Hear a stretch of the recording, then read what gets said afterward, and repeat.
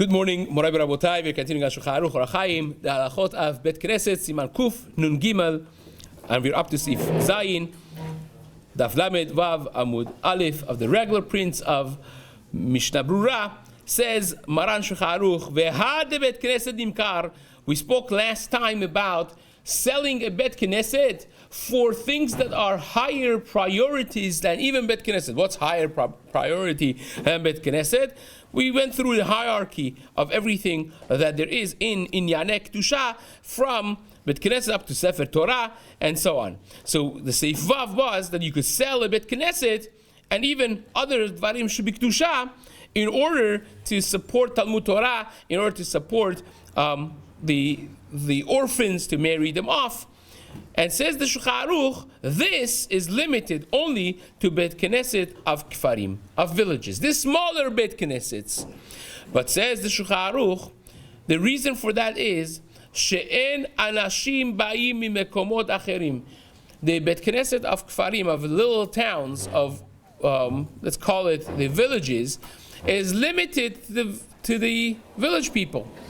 They got together, they built a shul. Usually nobody from outside is traveling to go there.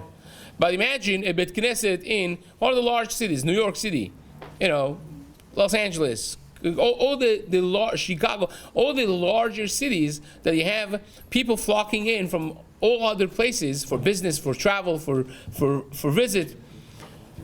That Bet Knesset has been dedicated to Klal Yisrael as a whole, because people are coming to daven and to learn in those places on constant basis. The villagers, their Bet Knesset is very private, is made only for them. Nobody else really, in a regular way, is visiting them on constant basis. Therefore, they are the quote-unquote owners. They get to make the decision to sell it for something that is a higher rank in the hierarchy of Kedusha. But, says the Shulchan Aruch, still, even when you sell it, the money, hamaot nisharim b'kedushatan, the money contains the same level of Kedusha. Ve'enam rashayim lehoridan mikdusha. You can't bring it lower than the level of Kedusha that it was. You could only use it for the same or higher. Ve'hainu k'shmachru b'nei ha'ir shlo mida'at parnesehim. That's only when they sold it without the top 7 people in charge of the community. If you have what we call Shiv'at Tuvei Ha'ir, the governing body of the Jewish community in that city, which used to be like 7 elders of the community, that they made the decisions for overall things that affected the community of that city. Or even if the people in charge, the 7 elders, sold it, but they did it shelo b'ma'amad ar-shahayir. They didn't do it in a public scene when they gathered all of the people and then they sold it publicly. But if you have the governing body of the 7 elders who make these decisions usually, and it was also b'ma'amad anshe ha'ir, they had a public gathering of the entire village, entire city, and they got together and they discussed the decision, and then the decision was to sell it, and they sold it. Then that's the exception, that they could use the money for any communal purpose, even if it's lower on the hierarchy levels of Kedusha.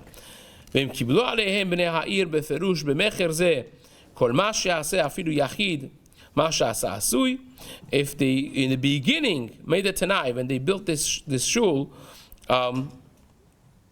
that the mecher should be legit, so then it will have the legitimacy that it needs. Now, aval shel krachim, says Maran, but that's only for smaller cities.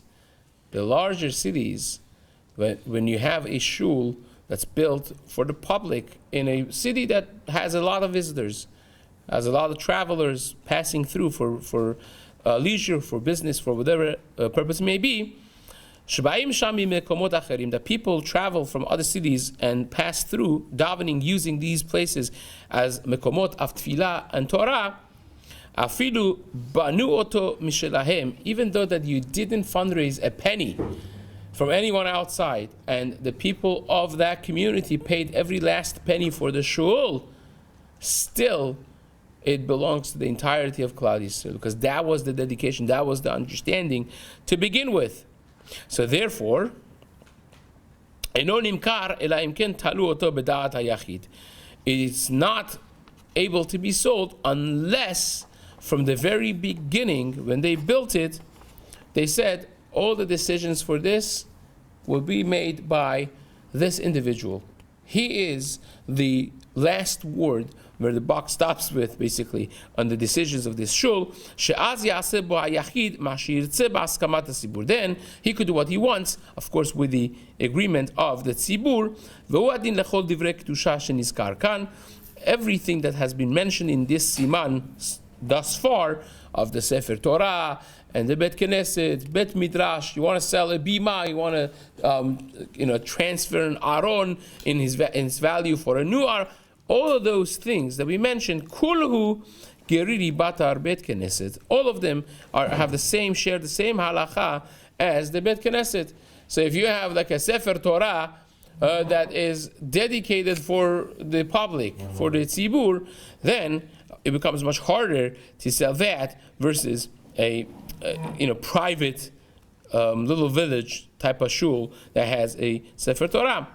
Now the Rama adds to this, Yachid shebana bet knesset untana lekal. What happens if a rich guy takes upon himself to build the Bet Knesset and dedicate it to the tzibur? He says, I'll do the whole thing. I have the land, I'm an architect, I have my crew of building, here is a shul, he builds the whole thing, and then he dedicates it, right?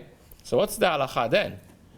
The money did not come from the tzibur. It's one individual that built the shul, and now he dedicated it to the tzibur. Does he still get to have a say on that Bet Knesset, or is it now the tzibur's and it becomes a regular shul?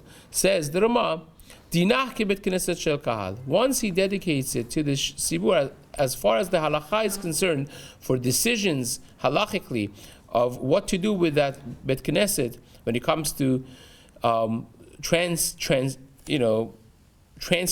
it, so to speak, to a different place. These things happen. Like, where I used to live in East Coast, every 10 years, the community moved a block. That's how it was, at least a block. So and they had an operational shul still. The chidush was novelty, that this shul still was operating minyanim during the weekend Shabbat. It was in downtown Baltimore. Now, downtown Baltimore is no place that you want to be, even with a bulletproof car. It's like used to be the hub of the Jewish community. About 100 years ago, 90 years ago, right? It was a very active, flourishing community. Now it's dead. The minyan is still there. There's 10 people back 10 years ago, at least they had it. But the Jewish communities move. So what do you do when you want to move the community and say, okay, this shul is no longer in the Jewish neighborhood. Now we want to move and sell this and buy. So what do you do then? Says the Rama, even if it's a shul that was built by an individual and then dedicated to the tzibur, still has the same halachot as a regular public Bet Knesset concerning the selling of the shul and so on. But if he, when dedicating it, left for himself certain rights, he says, I'm not dedicating it fully, it's mine, I'm still making decisions, I call the shots, but I want the tzibur to be able to use this, right? Then, elah mecher ki'im al pi hakahal ve'al piv o yorshav. Then you could only sell the shul with agreement of both parties, the kahal on one hand, and him or his inheritors, even if he passed away, but his children are still around. That would be the deciding factor. Both of them have to agree, both him or people who come from his power of not just attorney, but his ba'e kocho and the kahal together. This, by the way, becomes a very big question also in intellectual property. It was not directly connected, but it's a very interesting thing. How do we view, halachically speaking, intellectual property? If someone has a copyright on something, well, you could go around it. No one's going to catch you necessarily. You could copy this, you could copy that. It's programming, whatever it is, software. Sometimes it could be worth a few dollars. Sometimes it could be worth thousands of dollars. Right? Is it mutar to bypass the laws and just copy something that is an intellectual property, is a plan of something, or as a song? Or is it not mutar? Do you have to pay for it? If I would never buy it used to be a big deal when CDs were a thing, or were cassette tapes. It's like, 150 years ago, remember the cassettes, right? Nobody, I feel like I'm dating myself when I say that. What? Yeah, it's like Stone Age. But even CDs especially, it was easy to burn CDs, and it was a thing. The singers, they had a CD out, right? You had to pay $20, $30 to buy it. So I want to just burn the CD and not pay for it. Mutar or asur, right? What did I do? I wouldn't buy it anyways. It's a matter of me borrowing it from someone or having my own. I will never pay $30 for this singer, right? That type of a thing. So is it mutar or asur? Or you have like in universities and colleges, you have things that are $3,000, $4,000, $5,000 worth, and if you're sophisticated enough, you could actually get around it and download those things, and this becomes a very halachic concept. Somebody wrote a fundamental sefer on the laws of intellectual property. It's like a 1,000-page sefer, going through everything of the literature from the time of the Gemara, trying to understand what is the basis of this. Is it anything? Is it considered something? It's not tangible. Is that considered stealing from you? What is the? Yeah. But one of the things that they say is, if I'm mishayer for myself a baalut, right? I'm selling you this CD, but I'm saying I'm not selling this CD to you.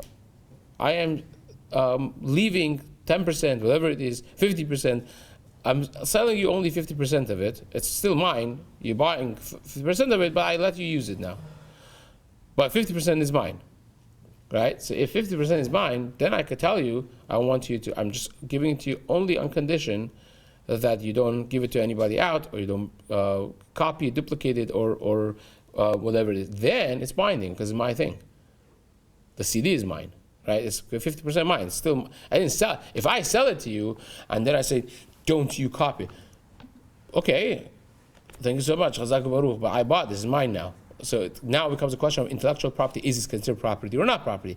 But if the property itself is mine, half, right? So then I could get to make tanai and condition and say, well, I don't want you to do X, Y, and Z, and that perhaps will be binding. But again, that's a fascinating topic for itself when we discuss business halacha. But nevertheless, over here, it's a very similar thing, that if he left some ba'alut for himself, so I don't want to donate this to the Sibur necessarily, I still want to have a say on it. I want to make sure that things are taking the right course. I don't want a board coming in and, next thing you know, they make this, not a direction that I want it to be. And therefore, he could keep that right and preserve his decision-making rights as well. So that's the Ramah over here. We haven't finished it yet. Let's just finish the seif in the Ramah.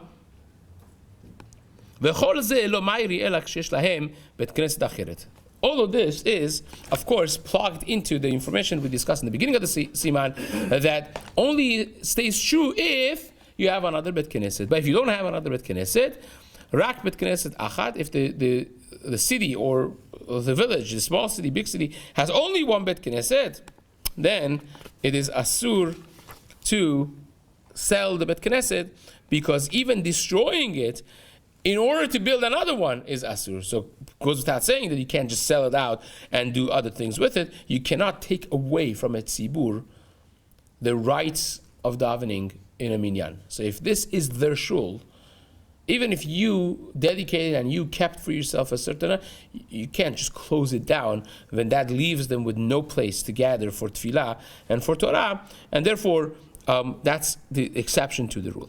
כל דבר שבקדושה שנמכר ומותר לשנותו, נמכר בלא הכרזה, ואין בו הונאה, אבל דבר שאסור לשנותו לקדושה קלה, צריך הכרזה.